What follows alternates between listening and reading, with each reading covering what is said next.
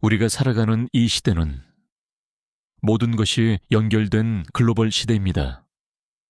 당신이 오늘 길에서 스쳐 지나간 평범한 외국인이 사실은 당신의 운명을 통째로 쥘 수 있는 보이지 않는 손일지도 모릅니다. 오늘 이야기는 돈과 권력만 믿고 세상을 우습게 알았던 한 오만한 재벌 2세에 대한 이야기입니다. 그는 자신의 눈앞에 있는 그저 평범해 보이는 한 미국인 영어 강사를 자신의 힘으로 마음껏 짓밟을 수 있다고 생각했습니다. 하지만 그는 몰랐습니다. 자신이 건드린 사람이 사실은 강대국의 국익을 움직이는 CIA의 최정계 요원이었다는 것을요. 그들의 위험하고도 아슬아슬한 첫 만남이 벌어지는 대한민국에서 가장 화려하고 위험한 도시 서울의 강남으로 지금 가보겠습니다. 서울 강남의 한 최고급 어학원 티처 존 티처. 존은 그곳에서 가장 인기 있는 강사 중 한 명이었다. 그는 금발의 파란 눈을 가진 누가 봐도 호감형인 미국인이었다. 그는 늘 헐렁한 셔츠에 면바지를 입고 조금은 어수룩해 보이는 미소를 지으며 학생들을 대했다. 그의 수업은 유머와 위트가 넘쳤고 특히 재벌가의 자제들이나 여배우들에게 영어를 가르치는 것으로 유명했다. 한편 대한민국을 움직이는 거대 기업 유성그룹의 황태자 박도윤은 그 이름 앞에 늘 망난이라는 수식어를 달고 다녔다. 그는 아버지의 권력을 자신의 것인 양 휘둘렀고 그의 분노 조절 장애와 폭력적인 성향은 재계에서도 유명했다. 그가 저지른 수많은 사건 사고들은 언제나 유성그룹의 막대한 돈과 법무팀에 의해 조용히 무마되곤 했다. 이 두 남자의 세상은 절대로 엮일 일이 없어 보였다. 한 여자, 수진이 아니었다면 말이다. 수진은 신인 배우였고 해외 진출을 위해 존의 어학원에서 개인 교습을 받고 있었다. 그리고 그녀는 박도윤이 오랫동안 자신의 여자라고 공공연하게 말하고 다니는 일종의 소유물 같은 존재이기도 했다. 그날도 존은 수업이 끝난 뒤 수진과 함께 학원 근처 카페에서 다음 수업에 대해 이야기를 나누고 있었다.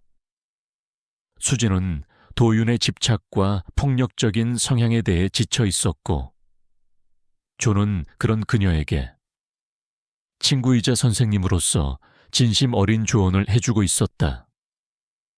그들의 모습은 누가 봐도 다정하고 평범한 사제지간의 모습이었다. 하지만 박도윤의 눈에는 그렇게 보이지 않았다. 그는 자신의 비서를 시켜 수진을 감시하고 있었다.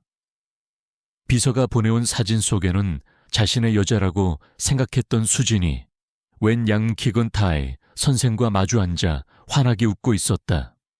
도윤의 얼굴이 분노와 수욕으로 일그러졌다. 그는 자신의 것을 감히 다른 누군가가 넘본다는 사실을 견딜 수가 없었다. 특히 그 상대가 고작 돈 몇 푼의 영어를 가르치는 미천한 영어 강사라는 사실은 그의 자존심을 더욱 자극했다. 이 새끼가 감히 누굴 넘봐. 그는 당장 수진에게 전화를 걸어 그녀와 친구들이 저녁에 청담동의 한 고급배에 갈 것이라는 사실을 알아냈다. 그리고는 자신의 수행 비서와 경호원들을 호출했다. 오늘 밤 청담동으로 간다. 아주 재미있는 구경거리가 있을 것 같으니까. 그의 눈에 오만하고도 잔인한 빛이 번뜩였다.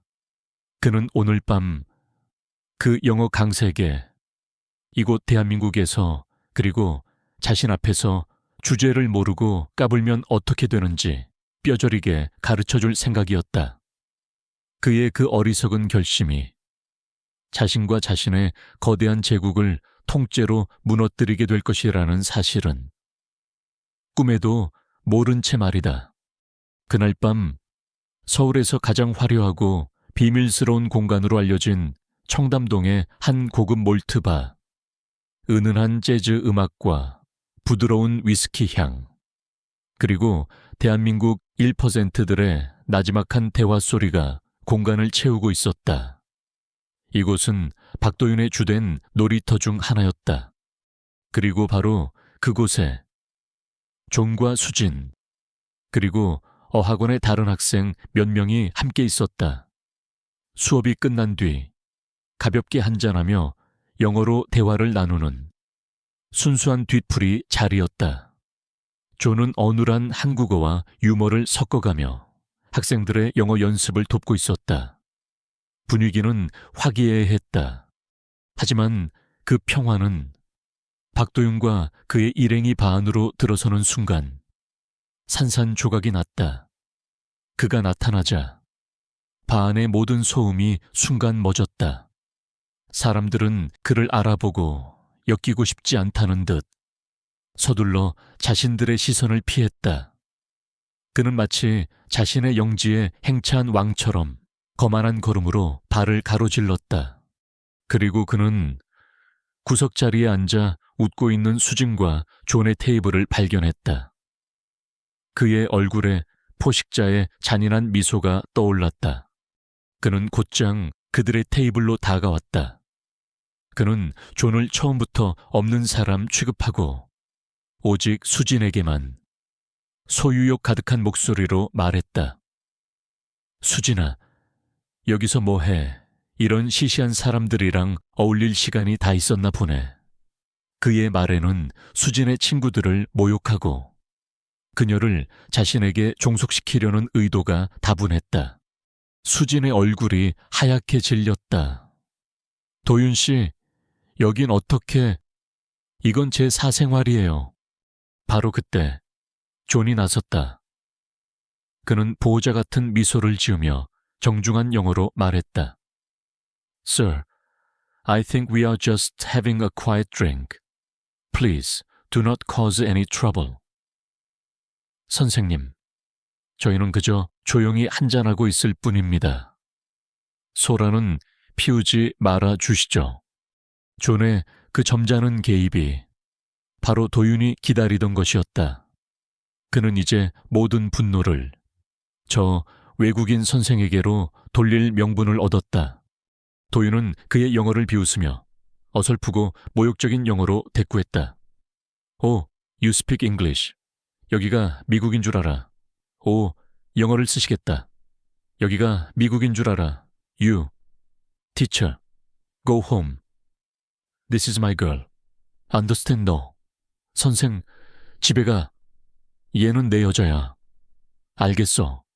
그리고 그는 마치 실수인 것처럼 자신이 들고 있던 비싼 위스키 잔을 존의 셔츠 위로 촥 하고 쏟아버렸다. 아, 미안. 손이 미끄러졌네. 그는 존의 젖은 셔츠를 보며 비웃었다. 어차피 당신 한 달 월급보다 싼 옷이잖아. 괜찮지. 모든 것이 상대를 굴복시키기 위한 계산된 모욕이었다. 주변의 모든 사람들이 이제 저 외국인 선생이 화를 내거나 혹은 비굴하게 사과하며 물러날 것이라 예상했다. 하지만 존의 반응은 그 누구의 예상과도 달랐다. 그는 화를 내지 않았다. 그는 그저 냅킨을 들어 셔츠의 얼룩을 툭툭 털어낼 뿐이었다. 그리고는 아주 평온한 미소와 함께 말했다. It's all right. Accidents happen. 괜찮습니다. 실수할 수도 있죠. 그의 그 평온함, 어떤 동요도 없는 그 태도가 도윤의 마지막 남은 이성을 끊어버렸다. 그는 두려움과 굴복을 먹고 사는 짐승이었다. 그런데 저 미천한 선생은 자신 앞에서 전혀 두려워하지 않고 있었다. 그것은 그에게는 참을 수 없는 모욕이었다. 도윤의 얼굴이 분노로 시뻘게 달아올랐다. 그는 자신의 뒤에 서 있던 경호원들에게 턱짓을 했다. 바의 분위기는 이제 즐거움 대신 차갑고도 살벌한 긴장감으로 가득 찼다. 도윤은 존에게 한 걸음 더 다가섰다. 그는 이를 갈며 나지막이 읊조렸다. 내 그 잘난 척하는 표정. 오늘 내가 아주 박살을 내주마. 폭력의 서막이 그렇게 열리고 있었다. 내 그 잘난 척하는 표정. 오늘 내가 아주 박살을 내주마. 박도윤의 그 말을 신호탄으로. 그의 뒤에 서 있던 산만한 덩치의 경호원들이 존을 향해 움직이기 시작했다. 바 안에 다른 손님들은 재벌 2세의 악명 높은 행패에 엮이고 싶지 않다는 듯 서둘러 자리를 피하거나 고개를 돌렸다. 수진의 입에서 작은 비명이 터져 나왔다. 존은 마치 겁에 질린 사람처럼 두 손을 들어 보이며 방어적인 자세를 취했다. 그는 여전히 어설픈 외국인의 가면을 쓰고 있었다. Hey, man, let's just calm down. There is no need for this. 이봐요, 진정하세요. 이럴 필요 없잖아요. 하지만 그의 그 유화적인 태도는 도윤의 분노에 기름을 붓는 격이었다. 도윤은 약한 놈이라고 확신하며 직접 첫 주먹을 날렸다.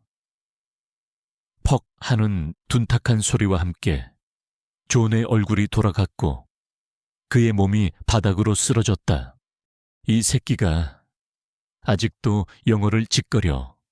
도윤의 고함과 함께 이제는 경호원들이 가세했다. 그들은 바닥에 쓰러진 존을 인정사정 없이 짓밟고 걷어차기 시작했다. 그것은 일방적인 잔인한 폭력이었다. 존은 그저 머리를 감싸 안은 채 고통스러운 신음을 흘리며 바닥을 구를 뿐 어떤 저항도 하지 않는 것처럼 보였다. 도윤은 그 모습을 내려다보며 승리감에 도취되어 웃고 있었다. 하지만 그들의 눈에는 보이지 않는 곳에서 존의 머릿속은 그 어떤 컴퓨터보다도 더 빠르고 더 차갑게 돌아가고 있었다. 타격 지점, 복부와 옆구리, 갈비뼈 2대 금 간 것 같지만 내장 파열은 피했다. 출혈량, 경미, 의식, 명료, 임무 수행에 지장 없음. 그의 고통스러운 신음은 사실은 그의 호흡을 조절하고 타격의 충격을 최소화하기 위한 고도로 훈련된 기술이었다. 그는 지금 이 모든 폭력을 견뎌내고 있었다. 단 하나의 목표를 위해서. 타겟, 박도윤, 상의 안주머니에 스마트폰. 지금 거리는 1.5m. 너무 멀다. 더 가까이 와야 해. 바로 그때 그가 기다리던 순간이 찾아왔다. 어느 정도 분풀이가 끝났다고 생각한 도윤이 경호원들을 물리고 직접 존의 곁으로 다가왔다. 그는 바닥에 쓰러진 존의 멱살을 잡아 올리고 마지막 모욕을 퍼붓기 위해 얼굴을 가까이 들이밀었다. 지금이다. 존의 눈이 아주 잠깐 맹수의 눈처럼 번뜩였다. 다음 순간 그는 고통에 몸부림치는 척하며 도윤의 품에 매달리는 듯한 동작을 취했다. 그 혼란스러운 와중에 그의 손이 아주 빠르고도 정교하게 아무도 모르게 도윤의 양복 안주머니를 스쳐 지나갔다. 그의 손목시계에 숨겨져 있던 초소형 NFC 복제 장치가 도윤의 스마트폰에 담긴 모든 정보를 단 0.5초 만에 스캔하고 있었다. 임무 완료. 모든 것을 끝낸 존은 다시 힘없는 피해자로 돌아가 바닥으로 쓰러졌다. 도윤은 마지막으로 그의 옆에 침을 투에 뱉었다.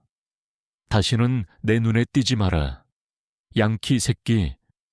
알았어. 그는 겁에 질려 울고 있는 수진의 팔을 거칠게 잡아 끌고 자신의 일행들과 함께 의기양양하게 발을 빠져나갔다. 잠시 뒤 바의 직원들이 조심스럽게 다가와 존의 상태를 살폈다. 그는 갈비뼈를 붙잡고 고통스러운 신음을 흘리며 간신히 몸을 일으켰다. 그는 직원들의 부축을 거절하고 비틀거리며 혼자서 발을 나섰다. 그의 뒷모습은 세상에서 가장 비참하고 불쌍한 패배자의 모습이었다. 하지만 배서 몇 블록 떨어진 어두운 골목길 안, 그는 벽에 기대어 서서 거친 숨을 몰아쉬었다. 그리고는 아무도 보지 않는 것을 확인하고 허리를 꼿꼿하게 폈다. 조금 전까지 고통으로 일그러져 있던 그의 얼굴에는 이제 어떤 감정도 남아있지 않았다. 텅 비어 있던 그의 눈은 목표를 성공적으로 제거한 암살자의 눈처럼 차갑고도 예리하게 빛나고 있었다. 그는 귀에 숨겨져 있던 초소형 통신 장치를 눌렀다. 그의 입에서 나온 목소리는 더 이상 어눌한 영어 강사의 것이 아니었다. 아주 유창하고도 냉철한 전문 요원의 목소리였다. 스콜피온, 여기 이글이다. 임무 완료. 선물은 성공적으로 배달됐다. 지금부터 철수를 시작하겠다. 어두운 골목길을 빠져나온 존은 아무렇지 않은 듯 인파 속으로 섞여들었다. 그는 택시를 잡아타고 화려한 청담동이 아닌 온갖 국적의 외국인들이 뒤섞여 사는 이태원의 한 낡은 빌라로 향했다. 그의 안전가옥, 세이프하우스이었다. 문을 열고 안으로 들어서는 순간 그는 더 이상 어수룩한 영어 강사 존이 아니었다. 그의 눈빛, 걸음걸이, 그리고 그에게서 풍기는 모든 기운이 완전히 다른 사람의 것으로 변해 있었다. 그는 먼저 피 묻은 셔츠를 벗어 던졌다. 그리고 욕실 거울 앞에 서서 자신의 상처를 무표정하게 확인했다. 입술이 터지고 광대뼈에는 시퍼런 멍이 들었으며 옆구리에서는 희미한 통증이 느껴졌다. 그는 익숙한 솜씨로 구급상자에서 소독약과 의료용 스테이플러를 꺼내 자신의 터진 상처를 직접 소독하고 봉합하기 시작했다. 고통스러운 시술 중에도 그의 얼굴에는 어떤 표정 변화도 없었다. 그는 자신의 몸을 마치 잘 관리된 기계 부품처럼 다룰 뿐이었다. 모든 응급처치를 마친 그는 방의 가장 안쪽에 숨겨져 있던 벽을 열었다. 그 안에는 최첨단 컴퓨터와 통신 장비들이 모습을 드러냈다. 그는 컴퓨터 앞에 앉아 자신의 손목 시계를 분리하여 그 안에 있던 마이크로칩을 컴퓨터에 연결했다. 화면에는 수많은 암호화된 데이터들이 폭포수처럼 쏟아져 내리기 시작했다. 그가 어젯밤 박도윤의 양복 주머니에서 복제한 스마트폰의 모든 정보였다. 자, 한번 볼까? 이 망나니의 핸드폰에는 뭐가 들어있는지. 그는 차가운 미소를 지으며 데이터 분석 프로그램을 가동시켰다. 지난 1년간 그가 그토록 찾아 헤맸던 결정적 증거, 그것을 찾기 위한 마지막 퍼즐 조각이었다. 몇 시간에 걸친 분석 끝에 마침내 그가 원하던 것들이 모습을 드러냈다. 북한의 무기상과 나눈 비밀스러운 암호 채팅 기록, 조세 피난처의 유령 회사를 통한 거대한 규모의 불법 자금 세탁 내역, 그리고 가장 결정적인 증거, 가자스타. 그것은 박도윤이 자신의 스마트폰에 녹음해 둔 한 통화 파일이었다. 그 안에는 그가 제3국의 무기 브로커와 대한민국의 최첨단 미사일 부품 기술을 밀거래하는 내용이 아주 상세하게 녹음되어 있었다. 그것은 단순한 재벌 2세의 비리가 아닌 국가의 안보를 뒤흔드는 명백한 국제 범죄이자 반역 행위였다. 존은 그 파일을 버지니아 랭리에 위치한 CIA 본부의 보안 서버로 즉시 업로드했다. 잠시 뒤 그의 화면에 보안 화상 통화가 연결되었다. 화면 너머에는 그의 상급 지휘관이자 핸들러인 스콜피온이라는 암호명의 날카로운 인상의 여자가 앉아 있었다. 이글, 보고해. 선물은 받은 건가? 그녀가 물었다. 수신 완료. 스콜피온. 데이터 패키지 업로드했다. 기대 이상이야. 박도윤이 키메라 프로젝트 기술을 밀매하는 음성 파일까지 확보했다. 존이 보고했다. 훌륭해. 이글, 자네의 일, 연간의 임무가 드디어 끝났군. 현지 사법당국이 모든 것을 넘겨받을 것이다. 자네의 신분은 이제 노출되었으니 즉시 철수 준비하도록. 알겠다. 서울에서 영어를 가르치는 건 꽤 즐거운 경험이었어. 존이 마지막으로 아주 건조한 농담을 던졌다. 통화가 끝나자 그는 자신의 지난 일 연간의 흔적을 지우기 시작했다. 티처 존의 신분증, 낡은 셔츠와 면바지, 그가 학생들을 위해 만들었던 수업 자료들. 그는 그 모든 것을 소각로에 넣어 한 줌의 재로 만들어버렸다. 그리고 안전가옥의 모든 하드 드라이브를 초기화했다. 그는 이제 새로운 신분증이 담긴 여권과 권총 한 자루, 그리고 비상금이 든 작은 가방 하나만을 챙겼다. 창밖으로 서울의 스카이라인이 보였다. 그는 그 풍경을 잠시 동안 말없이 바라보았다.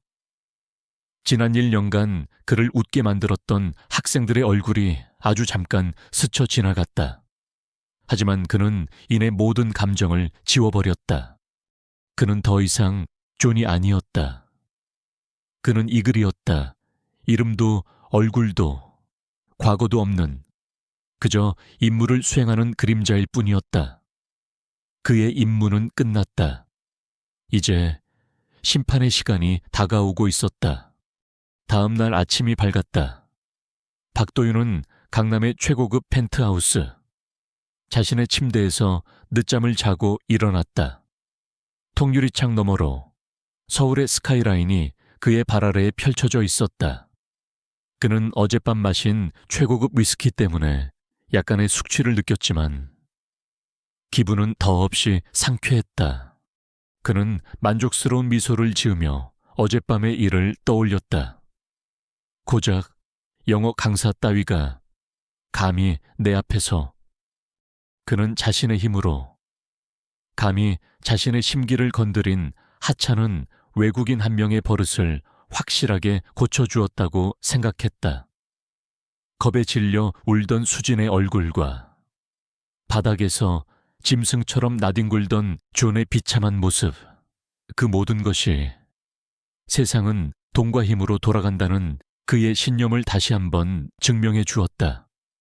그는 이 세상의 포식자였고 존 같은 자들은 그저 먹잇감에 불과했다. 그때 그의 휴대폰이 울렸다. 수진이었다. 그녀는 울면서 다시는 당신 같은 사람을 보고 싶지 않다고 어젯밤의 일에 대해 소리치며 분노했다. 하지만 도윤은 눈 하나 깜짝하지 않았다. 그는 귀찮다는 듯이 그녀의 말을 잘랐다. 시끄러워. 내가 어제 그 양키 새끼 버릇을 제대로 고쳐줬으니 너는 나한테 고마워해야 하는 거 아니야. 조용히 하고 있어. 내가 오늘 저녁에 신상백 하나 사 들고 갈 테니 그런 줄 알아. 그는 여자는, 그리고 세상의 모든 것은 돈으로 다룰 수 있다고 굳게 믿는 남자였다. 그는 전화를 끊고 최고급 디자이너의 정장을 차려입었다. 오늘은 그의 인생에서 아주 중요한 거래가 마무리되는 날이었다. 유성그룹 본사, 그의 화려한 사무실. 그는 자신의 의자에 앉아 도시의 정형을 내려다보며 승리감에 젖어 있었다. 그는 자신의 아버지가 이룩한 이 거대한 제국을 곧 자신의 손에 넣게 될 것이었다. 그리고 오늘 마무리될 이 거래는 그 제국을 더욱 강력하게 만들어줄 비밀스러운 발판이었다. 그는 보안회선을 통해 중동의 무기 브로커에게 마지막 전화를 걸었다. 그의 목소리는 어젯밤과는 달리 아주 냉철하고 사무적이었다. 네, 알겠습니다. 사과 상자는 오늘 밤 10시 부산항 제7부두에서 선적될 겁니다. 장음으로 보내주신 와인 값은 어제 말씀해주신 스위스 은행 계좌로 입금된 것 방금 확인했습니다. 이번 거래만 성공하면 우리는 더 큰 파티를 열 수 있을 겁니다. 사과 상자는 최첨단 미사일 부품을 의미하는 암호였고 와인 값은 수백억 대의 검은 거래 자금을 의미하는 은어였다. 그는 지금 국가의 안보를 팔아넘기는 거대한 국제범죄를 아무렇지도 않게 마무리 짓고 있었다. 전화를 끄는 그는 의자에 깊숙이 몸을 기댔다. 그는 자신의 힘과 부, 그리고 누구도 막을 수 없는 자신의 미래를 만끽하고 있었다. 그는 어젯밤 자신의 발밑에서 벌레처럼 뒹굴던 그 초라한 영어 강사를 떠올리며 경멸적인 웃음을 터뜨렸다. 그는 몰랐다. 그가 자신의 제국 정상에서 축배를 들고 있는 바로 그 순간 그의 제국을 송두리째 무너뜨릴 거대한 폭풍이 소리 없는 암살자처럼 바로 그의 문턱까지 와 있다는 사실을 심판의 시간은 이제 아주 가까이 다가와 있었다. 박도윤은 자신의 사무실 의자에 깊숙이 기댄 채 최고급 위스키 한 잔을 따르며 성공의 맛을 음미하고 있었다. 오늘 밤 부산항에서 마지막 선적이 완료되면 그의 손에는 천문학적인 검은 돈이 들어오게 될 터였다. 그의 거대한 야망이 마침내 그 결실을 맺기 직전이었다. 바로 그 순간이었다. 쾅 경고해야 할 그의 사무실 문이 아주 거칠고 요란한 소리와 함께 열렸다. 그의 비서가 미처 막을 틈도 없이 검은색 전술복을 입은 남자들이 눈 깜짝할 사이에 사무실 안으로 들이닥쳤다. 그들은 동네 경찰이 아니었다. 그들의 눈빛과 움직임은 국가의 가장 비밀스러운 임무를 수행하는 최정예 요원들의 것이었다. 대한민국 검찰청 국제범죄수사부와 국정원의 합동수사팀이었다. 뭐야, 당신들, 도윤이 소리치며 자리에서 일어났다. 수사팀을 이끌고 온 날카로운 인상의 한 검사가 그의 앞으로 다가왔다. 그는 어떤 서론도 없이 차가운 목소리로 말했다. 박도윤 씨, 그는 자신의 앞에서 체포영장 한 장을 펼쳐 보였다. 국제산업기술 보호법 위반, 불법 무기 거래, 외국 환거래법 위반 등의 혐의로 당신을 긴급 체포합니다. 이것은 영장입니다. 도윤의 머릿속이 순간 하얗게 비었다. 그는 헛웃음을 터뜨렸다. 뭐 지금 나랑 장난해. 내가 누군지 알고 지금 이따위 짓을 하는 거야. 우리 아버지가 누군지 몰라. 그는 자신의 권력과 아버지의 이름이 모든 것을 해결해 줄 것이라 믿었다. 그는 휴대폰을 집어들어 그룹의 법무팀에 전화를 걸려 했다. 당장 우리 변호사 불러 너희들. 전부 다 옷 벗을 준비나 하라고. 하지만 그의 손이 휴대폰에 닿기도 전에 요원들이 신속하게 움직여 그의 양팔을 뒤로 꺾었다. 철컥 하는 차가운 소리와 함께 그의 손목에 수갑이 채워졌다. 불과 몇 분 전까지 세상을 다 가진 듯했던 남자가 이제는 한낱 무력한 범죄자가 되어 있었다. 이거에나 이거 놓으라고, 이 개새끼들아. 그의 발악과 고함에도 불구하고 그는 요원들에게 무자비하게 끌려 사무실 밖으로 나갔다. 사무실 밖에 모든 직원들이 얼어붙은 채 자신들의 젊은 상사가 범죄자처럼 끌려나가는 광경을 지켜보고 있었다. 그들이 그토록 두려워하고 선망했던 권력의 초라한 최후였다.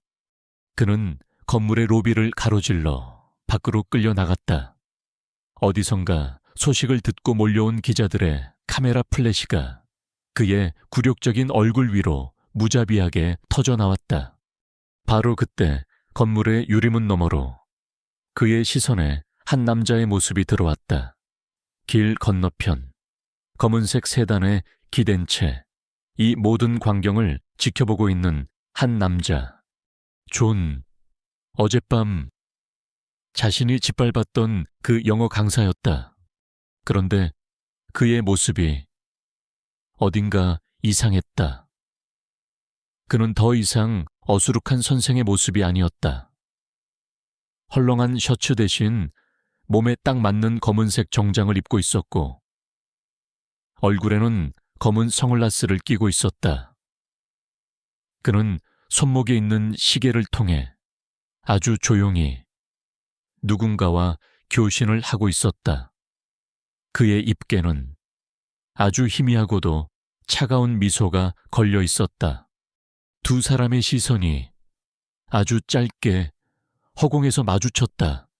존의 눈빛, 그것은 더 이상 겁에 질린 피해자의 눈빛이 아니었다. 모든 임무를 끝낸 냉철하고도 프로페셔널한 한 비밀 요원의 눈빛이었다. 그 순간 도윤의 머릿속에서 모든 것이 분명해졌다. 그는 아직 모든 것을 이해하지는 못했지만 한 가지 사실만은 확실하게 깨달았다. 자신이 어젯밤 절대로 건드려서는 안 될 사람을 건드렸다는 것을. 안 돼. 그는 검찰의 검은색 밴 안으로 구겨지듯 던져졌다. 그의 얼굴에는 이제 분노가 아닌 순수한 공포와 혼란만이 남아있었다. 그를 옥죄어오는 덫은 이미 완벽하게 작동한 뒤였다. 차갑고 네모난 취조실 안. 박도윤은 금속 책상 앞에 앉아 있었다. 그의 값비싼 정장은 구겨져 있었고 어젯밤의 오만함은 온데간데 없이 분노와 불안이 뒤섞인 초조한 기색만이 역력했다. 그의 맞은편에는 그를 체포했던 날카로운 인상의 검사가 아무런 표정 없이 앉아 있었다. 도윤은 여전히 현실을 부정하며 허세를 부리고 있었다. 당장 내 변호사 불러. 그리고 우리 아버지께 연락해. 당신들 내가 누군지 정말로 모르는 모양인데 오늘 한 이 짓 곧 전부 다 뼈저리게 후회하게 될 거야. 하지만 검사는 그의 협박에 조금도 동요하지 않았다. 그는 그저 두툼한 수사 기록 파일을 책상 위로 밀어놓을 뿐이었다. 박도윤 씨, 지금부터 우리가 지난 1년간 수집하고 어젯밤 당신에게서 직접 확보한 증거들을 하나씩 차근차근 보여드리겠습니다. 검사는 첫 번째 증거를 제시했다. 그것은 도윤이 조세 피난처에 세운 여러 유령 회사들의 자금 흐름이 상세하게 기록된 은행 거래 내역이었다. 다음으로 그가 해외의 무기 브로커들과 비밀리에 만나는 장면이 담긴 수십 장의 감시 사진들이 테이블 위에 펼쳐졌다. 도윤의 얼굴이 점점 하얗게 질려갔다. 하지만 결정적인 증거는 마지막에 나왔다. 검사는 작은 녹음기를 틀었다. 취조실 안에는 너무나도 익숙한 바로 박도윤 자신의 목소리가 울려 퍼지기 시작했다. 그것은 그가 어제 자신의 사무실에서 중동의 브로커와 최첨단 미사일 부품을 밀거래하는 내용이 담긴 통화 녹음이었다. 사과 상자니 와인갑이니 하는 자신들만의 은어까지 모든 것이 완벽하게 녹음되어 있었다. 아이, 이럴 수가. 도윤은 완전히 무너져 내렸다. 증거는 너무나도 완벽하고 명백했다. 하지만 그는 도저히 이해할 수가 없었다. 대체 어떻게 자신의 핸드폰은 국정원에서도 뚫을 수 없다는 최고의 보안 시스템을 사용하고 있었는데 그는 거의 애원하듯 절망적인 눈으로 검사를 보며 물었다. 어떻게, 대체 어떻게 이 모든 것을. 내 핸드폰은 완벽했는데 검사는 의자 등바디에 몸을 기대며 그를 아주 깊고 서늘한 눈으로 쳐다보았다. 그리고는 이 모든 미스터리의 마지막 퍼즐 조각을 가장 잔인한 방식으로 그의 앞에 던져 놓았다.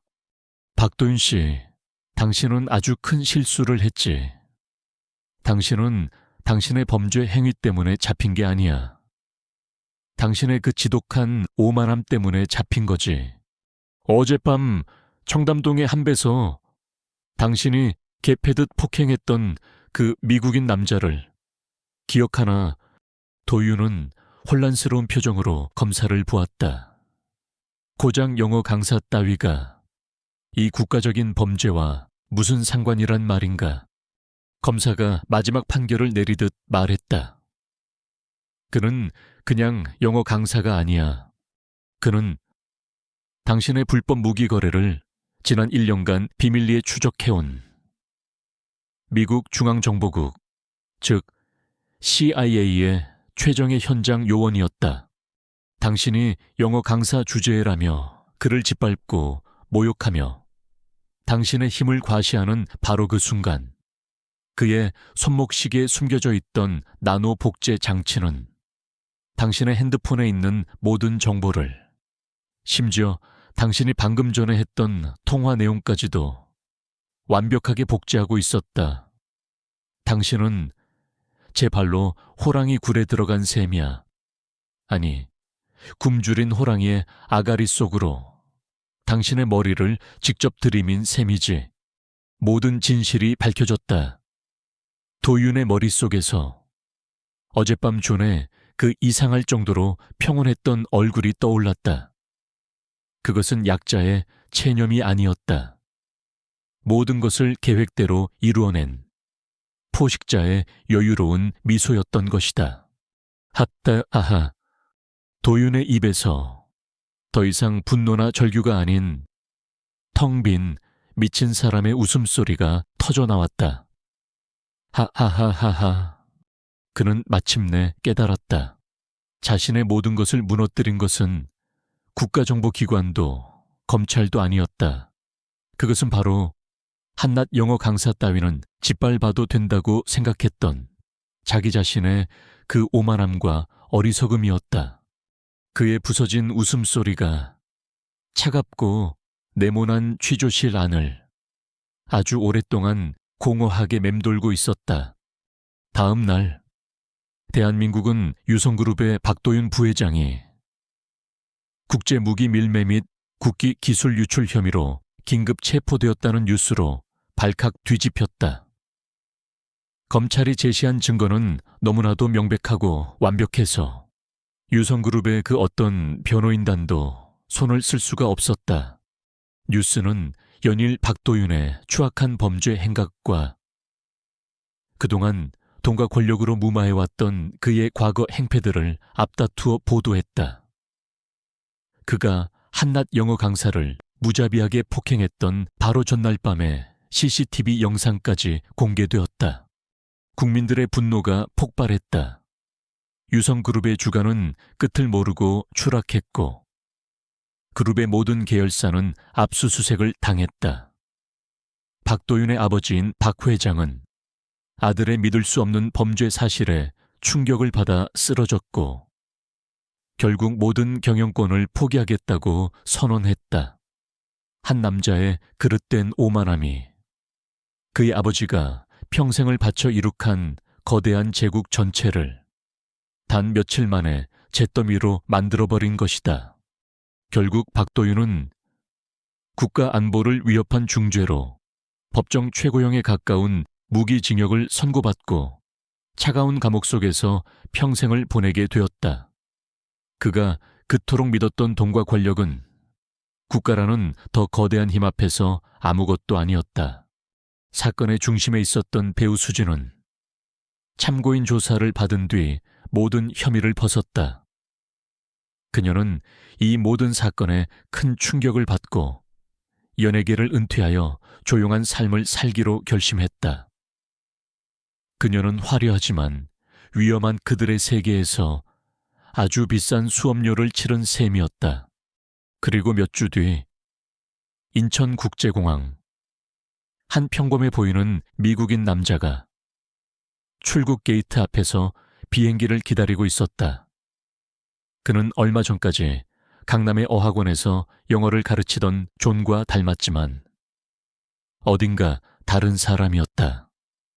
머리색은 어두운 갈색으로 바뀌어 있었고 뿔테안경 대신 평범한 금속테 안경을 쓰고 있었다. 그의 손에 들린 여권에는 데이비드 킴이라는 새로운 이름이 적혀 있었다. 그는 더 이상 어수룩한 영어 강사가 아니었다. 그의 곁으로 다른 외국인 한 명이 다가와 작은 서류 봉투 하나를 건넸다. 다음 임무입니다. 이글, 모스크바에서 당신을 기다리고 있습니다. 존, 아니, 이글은 아무 말 없이 서류 봉투를 받아들었다. 그는 잠시 창밖으로 자신이 떠나게 될 서울의 풍경을 바라보았다. 그의 머릿속에 자신의 발밑에서 비굴하게 용서를 빌던 오만했던 재벌 2세의 얼굴이 아주 잠깐 스쳐 지나갔다. 그는 그를 동정하지도 그에게 승리했다고 생각하지도 않았다. 그에게 박도윤은 개인적인 원한 관계가 아닌 그저 제거해야 할 타겟이자 분석해야 할 데이터였을 뿐이다. 그의 몰락은 너무나도 당연하고 예측 가능한 결과였다. 오만함은 언제나 가장 치명적인 약점이다. 이 글은 그렇게 생각하며 새로운 임무 파일이 담긴 봉투를 열었다. 그의 얼굴에는 이제 곧 시작될 또 다른 임무를 향한 냉철하고 프로페셔널한 표정만이 남아있었다. 그는 그렇게 아무도 그의 진짜 정체를 알지 못하는 가운데 다시 한번 세상의 어둠 속으로 자신의 흔적을 지우며 사라져가고 있었다. 이 세상의 평화를 위협하는 또 다른 박도윤들을 사냥하기 위해서 진정한 힘이란 무엇일까요? 돈과 권력을 앞세워 상대를 짓밟는 것일까요? 아니면 자신의 모습을 감춘 채 보이지 않는 곳에서 세상을 움직이는 것일까요? 오늘 이야기는 우리에게 오만함과 편견이 얼마나 어리석고 위험한 것인지를 다시 한번 깨닫게 합니다. 당신이 오늘 무시하고 지나친 그 평범한 사람이 어쩌면 당신의 운명 전체를 뒤바꿀 수 있는 가장 중요한 인물일지도 모릅니다. 이 복잡하고도 긴밀하게 연결된 세상 속에서 우리가 가져야 할 가장 큰 무기는 바로 다른 사람을 향한 존중과 겸손한 마음일 것입니다. 오늘도 제 이야기에 함께해 주셔서 진심으로 감사합니다. 여러분의 하루가 타인을 존중하는 지혜로 가득하기를 기원합니다.